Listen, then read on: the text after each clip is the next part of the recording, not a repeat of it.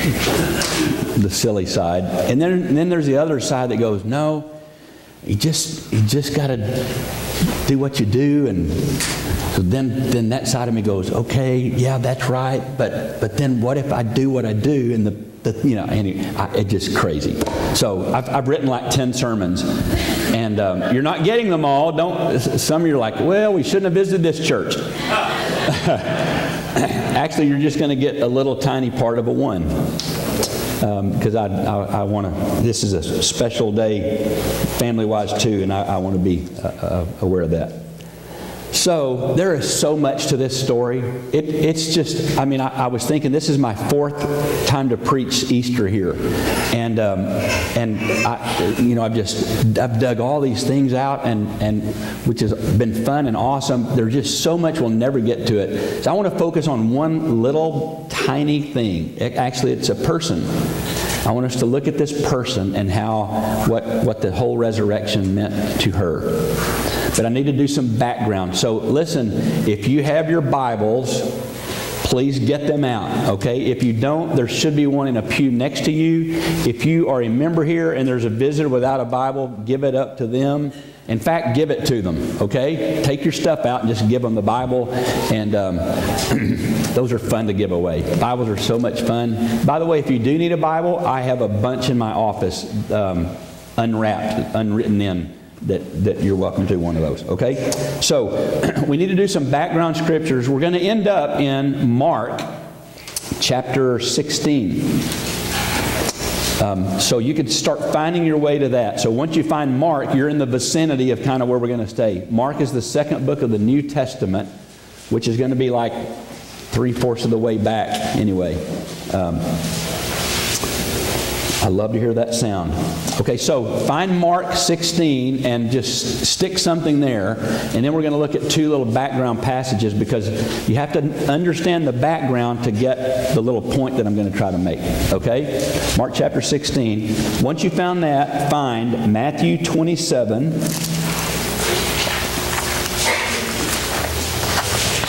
And John 19.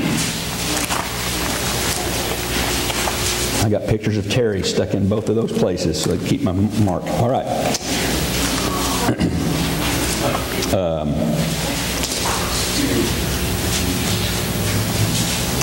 Okay, so I need to read the background to get to the first one. Okay, so let's start in Matthew chapter 27.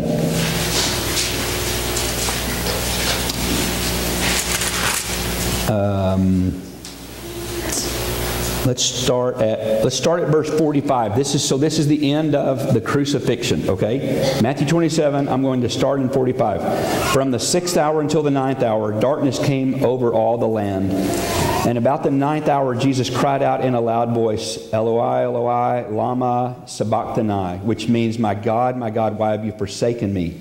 And when some of those standing there heard this, they said, he's calling Elijah. Immediately one of them ran and got a sponge. He filled it with wine vinegar, put it on a stick, and offered it to Jesus to drink. And the rest said, let's leave him alone. Let's see if Elijah comes to save him. And when Jesus had cried, so they're mocking. When Jesus had cried out in a loud voice, he gave up his spirit. Okay, so here it is. At that moment, the curtain of the temple was torn in two from top to bottom. Okay, then this phrase, hang on to this one. And the earth shook and the rocks split. The tombs broke open and the bodies of many holy people who had died were raised to life. They came out of the tombs, and after Jesus' resurrection, they went into the holy city and appeared to many people. When the centurion and those who were guarding Jesus saw the earthquake, so those are the 2 little deals. The earth shook and the rock split, and the earthquake. So there was an earthquake when Jesus died. That's important to remember, because there's another earthquake, and we've missed that. So it was an earthquake. The earth split open, rocks. People saw it. People came out of their graves and stuff. Okay, and then now go to chapter 28, verse 2.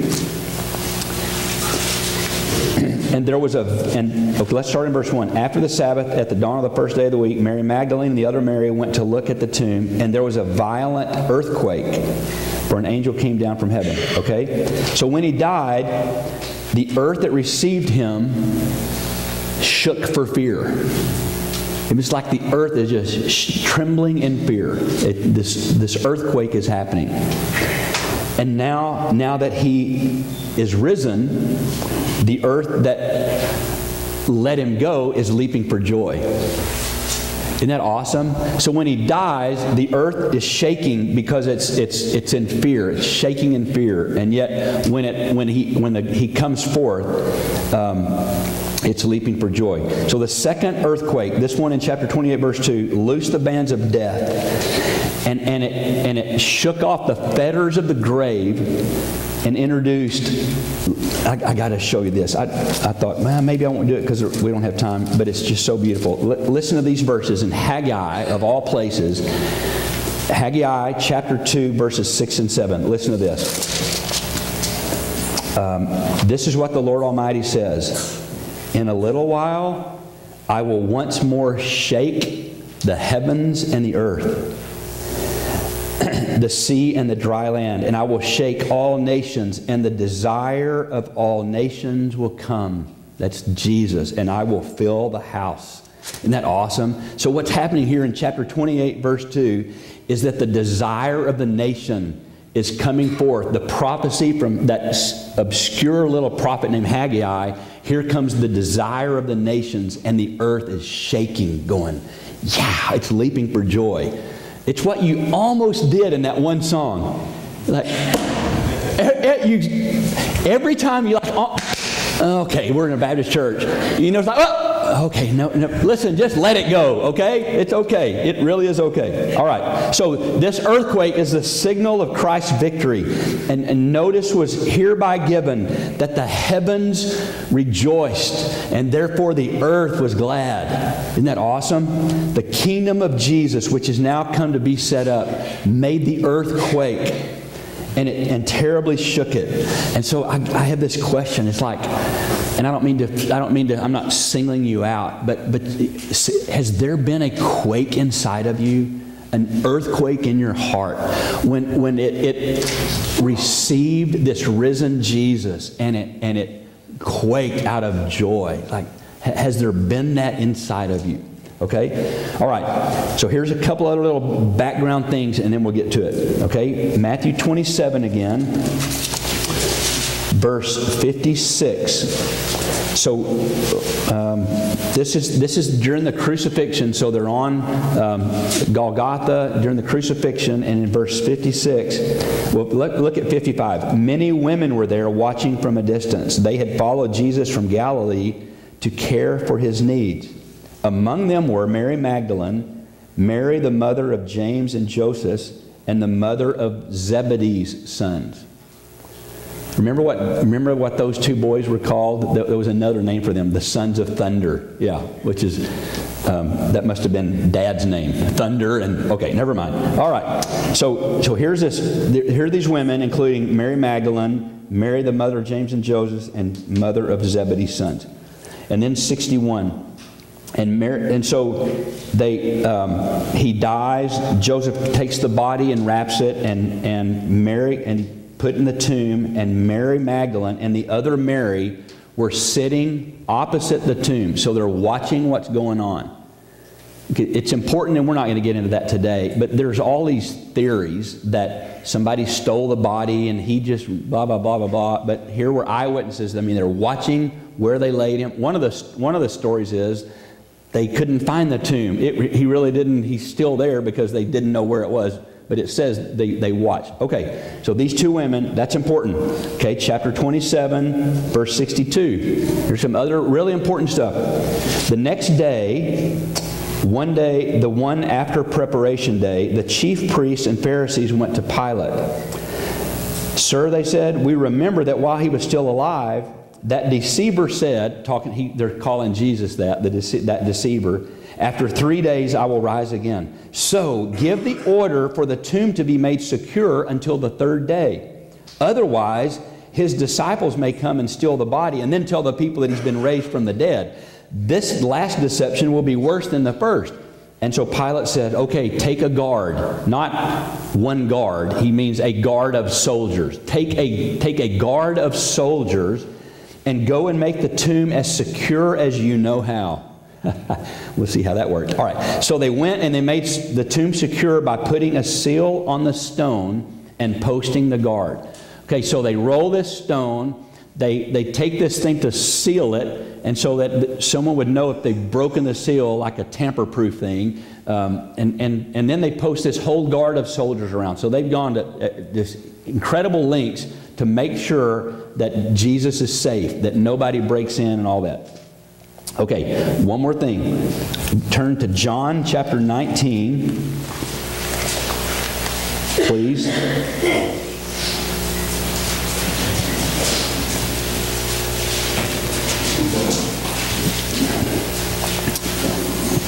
Oh, I'm in Acts. I kept going, wow, what? It's not making sense.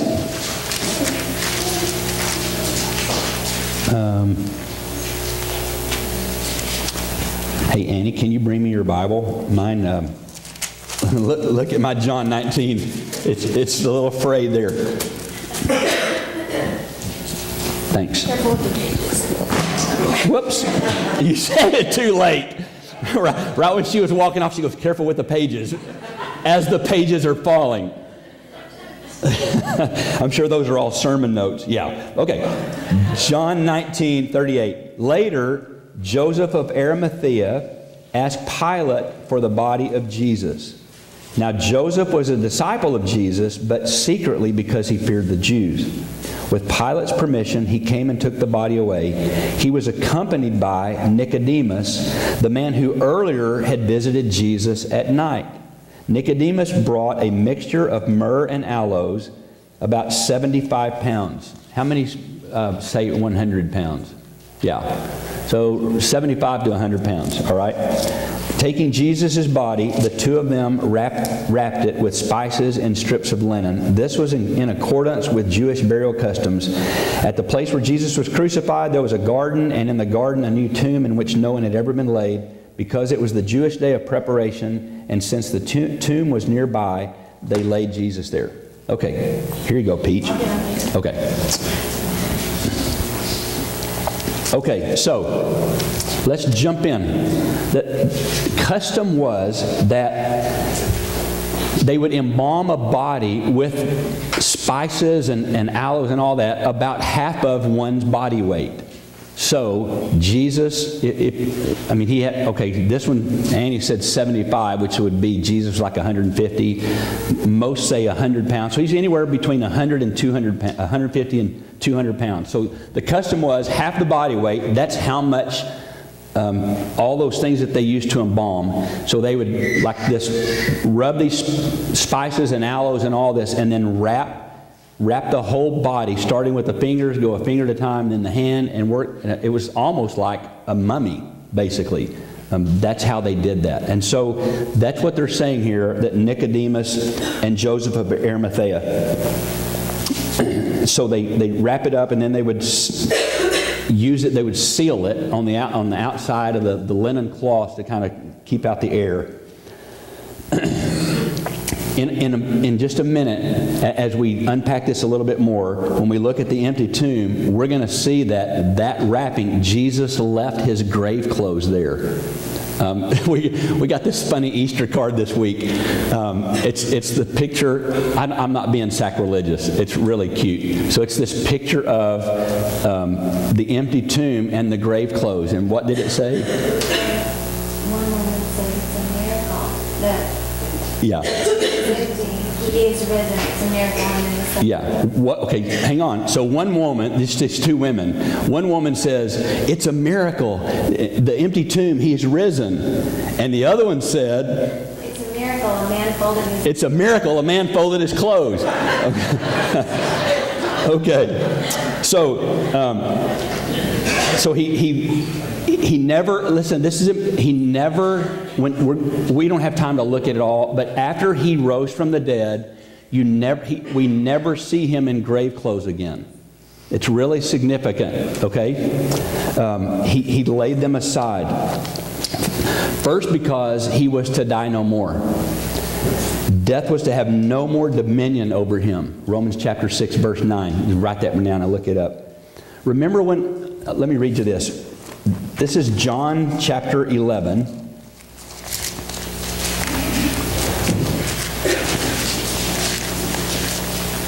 John chapter 11, 43 and 44. This is when Lazarus came out of the tomb. I want to show you the difference. So this is Lazarus, Mary and Martha's brother, and remember they said, come and see, and Jesus wept. Okay, so anyway, Jesus was deeply moved. He came to the tomb and he said, take away the stone in verse 39. Take away the stone. But Lord, said Martha, the sister of the dead man, by this time there's an odor. He's been dead 4 days. Jesus said, did I not tell you that if you believed you would see the glory of God? So he takes away the stone. And in verse 43, he says, Lazarus, come out. And the dead man came out, his hands and feet wrapped in strips of linen and a cloth around his face. And Jesus said to them, take off the grave clothes and let him go. So when he comes out, when Lazarus comes out, he's in grave clothes. When Jesus comes out, he's not. So Jesus, because Jesus, it's almost like Lazarus is going to use him again, and Jesus is not using his again. And so he comes out because he is going to be clothed with robes of glory, and he leaves them behind. One writer that I was reading said something like that the other reason Jesus left them there was he was sheeting the bed for us, which I thought was really neat. But okay, so here's what I want us to look at for 5 minutes. This woman named Mary Magdalene. Okay, and maybe it was seen in a way we've not seen her before. So turn now to Mark chapter 16.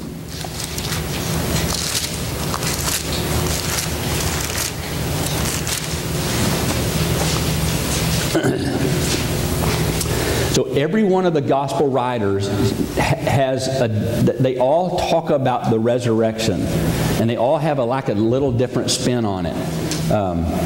It's really fascinating. So I have to like get bits and pieces. I like lay 4 different Bibles out, and here's Matthew, here's Mark, and just kind of go back and forth to kind of piece the story together, because they all saw something different. It's not that things differently happen, it's that how they viewed them were different. And so you can take, like Luke was a doctor, and so he sees things from a little different viewpoint than John. John called himself, I'm the one that Jesus loved, and so he came at it from a different angle, and you put all that together. So that's why we're doing this. Okay, so chapter 16, verse 1. When the Sabbath was over, okay, so he dies on Friday. Saturday is the Sabbath, so this is the 3rd day. When the Sabbath was over, Mary Magdalene, Mary the mother of James, and Salome bought spices so that they might go anoint Jesus' body. And very early on the 1st day of the week, just after sunrise, they were on their way to the tomb. Okay, stop right there. Don't look ahead. Okay, good. You did good. Ben, okay, I almost caught you. All right. So even though remember we read this, they sat there across from the tomb. They sat there, they understood, they knew that Nicodemus had already anointed the body, right? They saw him do his embalming thing and wrapping it up and all that. They saw that, and I read there, I go, well, what are they doing? They're going with more stuff. So kind of you can tell from this. So on Friday night, probably even after the crucifixion, and after Nicodemus had done his thing, they're collecting, and it's not like to embalm, it's more to anoint. It's like this perfumed oil and these flowers that they can sprinkle. They're doing what women do. They're making pretty. They're making it pretty, okay? And they're wanting to care for him. So even though they had seen him, for them it wasn't enough. And so at great expense for themselves, they prepared their sweet spices and their oils, and they came to anoint his head and his face and maybe his hands and his feet, just symbolically because of the nails there, okay? They never gave a second thought to the obvious, that he was already dead. That what difference would it make? Wouldn't have done anything, but not to them. Not to Mary Magdalene. Enough was not enough. She had to do more. There is no enough in Mary's love for Jesus. She was excessive, So here's, I got to be honest. I worked like hours. I had this whole acronym going. Easter, and E dash, and then you put the E word, and then A and A word, and I mean, I had it, and then, oh well, no. So that's where I'm using this word, excessive, all right? So that's the E for Easter. I'm not doing that. But so she was excessive in her love for Jesus because he had loved and forgiven her excessively. In Luke chapter 8, verses 1 through 3, you can jot that down. Let me read it to you. Okay, I want to tell you, here's a little bit about Mary Magdalene's past. After this, Jesus traveled about from one town and village to another, proclaiming the good news of the kingdom of God. The 12 were with him, so the disciples, and also some women who had been cured of evil spirits and diseases. Mary, called Magdalene, from whom 7 demons had come out. Joanna, the wife of Chuza, the manager of Herod's household, and he named some others. These women, listen, this is important, these women were helping to support them out of their own means. So these women who Jesus had delivered, that cast out demons, healed them of sicknesses and all this, they love him, and they begin to follow him around, funding part of the ministry for Jesus and the disciples. That's what he's talking about there, okay? So one of the reasons she was excessive in her love for Jesus is because he loved her and forgave her excessively. Jesus had done much for her, and so her response was to make much of him. She had shown her affection to him while she lived. We saw that right there. She showed affection. She was at the cross. She showed affection to him while he died. And now her affection for Jesus would not stop. It went on even after his death. She wasn't about to stop now. See, we would go, but he's dead. Really? Anoint him anyway. You stay with me. What if? What if what he said about the third day was true? Anoint him anyway. What if the resurrection is true? There's this one little bit of hope. Anoint him anyway. Dead? Really? My marriage? Anoint it anyway. My hopes and dreams? They're dead. Anoint them anyway. My faith, there's no hope. Anoint it anyway. Really? What if? What if it's true that Jesus, when he comes back to life, he brings life with him? Love excessively. Don't hold back. One of the things I see in Mary Magdalene is don't hold back. We're fixing to see something else in a second. I just jump up and down about. Okay, look at verse 9 of this chapter. Chapter 16, verse 9. I'm skipping a couple. We're going to come back. When Jesus rose early on the first day of the week, he appeared first to Simon Peter, right? I mean, Peter's the one, I'm going to follow you. I'll never disown you. I mean, here's the middle linebacker. He's like, I mean, he's just been there. I'm called the Rock. So Jesus is going to appear to him first, right?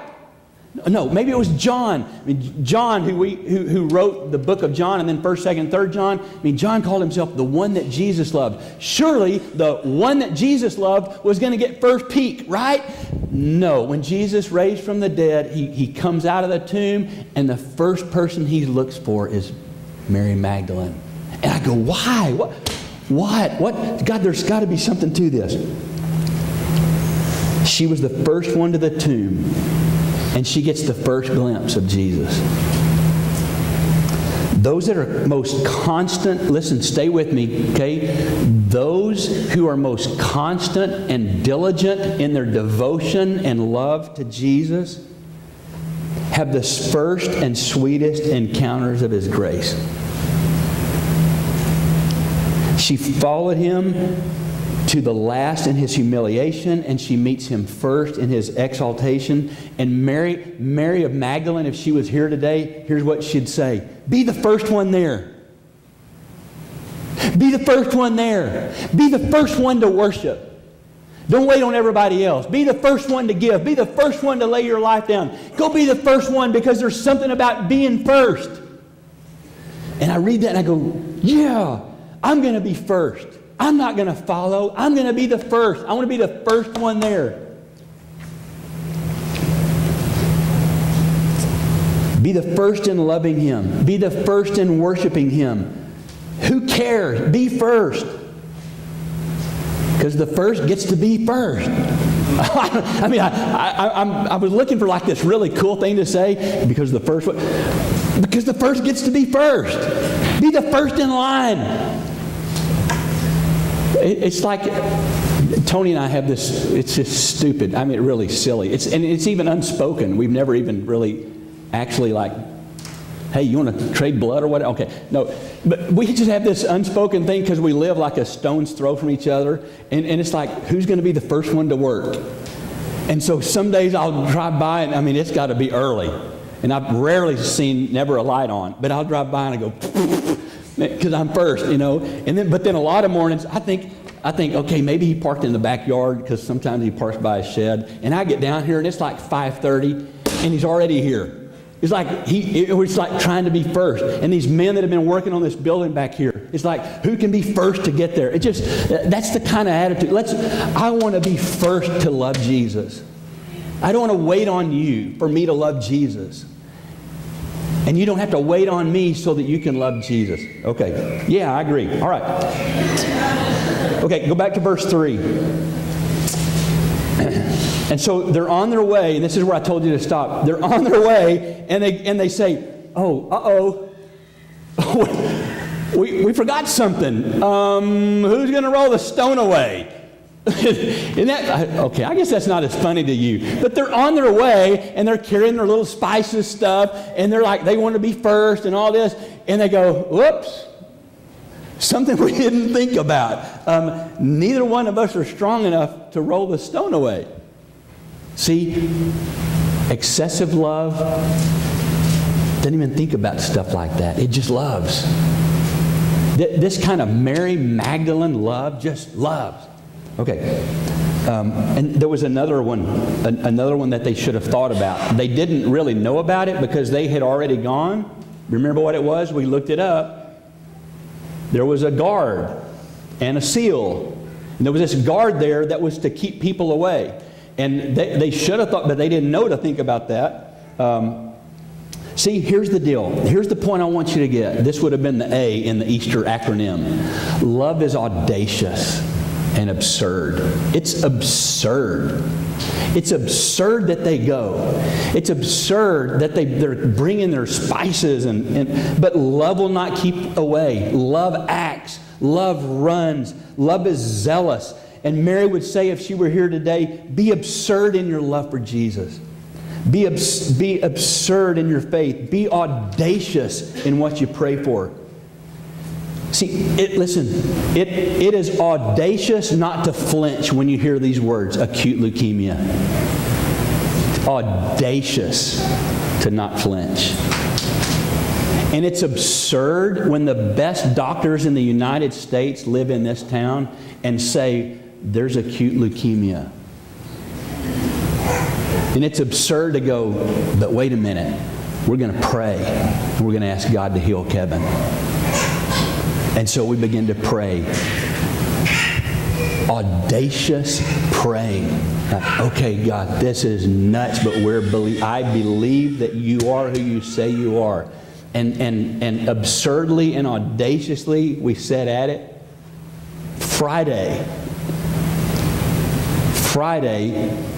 Thursday, they do a bone marrow test. And Friday, the doctor comes back in with these words. The leukemia has been killed. There's no trace. See, I want to live audaciously. Why? I've lived too much of my life trying to explain stuff away. I've lived too much of my life like just kind of ho-hum. I've got some other words for that. I've lived too much of my life just getting by. Okay, well, whatever. Que sera, sera. Blah, blah, blah, blah, blah. I'll just live here in the middle. I don't want to be too far this way. Somebody thinks I'm a fanatic. And I don't want to be too far this way because, you know, those people will think I'm going for it. I'm going to be the most audacious, absurd follower of Jesus you've seen. The way I believe and the way I pray. And there's nothing I won't pray. Whoa, what are you saying? Seriously, I mean, and that's nothing new because I talk about this a lot. But here's what we do. We go, but okay, if God doesn't answer a prayer, then, I don't want Ben to doubt now and go, well, wait a minute, you prayed that and God didn't answer it? Listen, Ben's not my problem. Ben's God's problem. I didn't mean to pick on you, Ben. But just like, I'm going to pray. I'm not responsible for God's reputation. He is. Stop thinking that you are responsible for the reputation of Almighty God and start praying audaciously. Start hoping audaciously and believing. Isn't it interesting, by the time they get there, that the difficulties are removed? I mean, that really is the way it is pretty much with life. You know, you just worry, and then you get there and it's like, whoa, why was I so worried? Well, okay, but they get there, the stone's already rolled away, and the guard, they've been taken care of too because the earthquake, they're out. Because the angels they see the angel, they go, boom, they go down, okay?